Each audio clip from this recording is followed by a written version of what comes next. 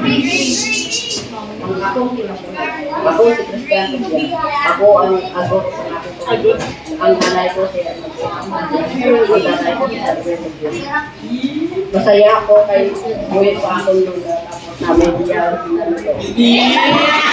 Nagpasalamat ako sa Panginoon dahil buhay pa ako ang akong pamilya. Masaya ako na nakakaon sa Costa Mission. Masaya ako kay naka-eskwela ako dito. Masaya ako kay may makaon kami subong. Nalungkot ako kay napildi ako sa hambang.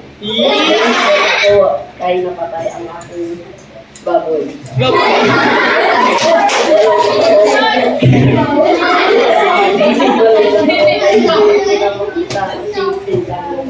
Nalungkot ako dahil tinao ni Kuya. Ako ang akong Jollibee.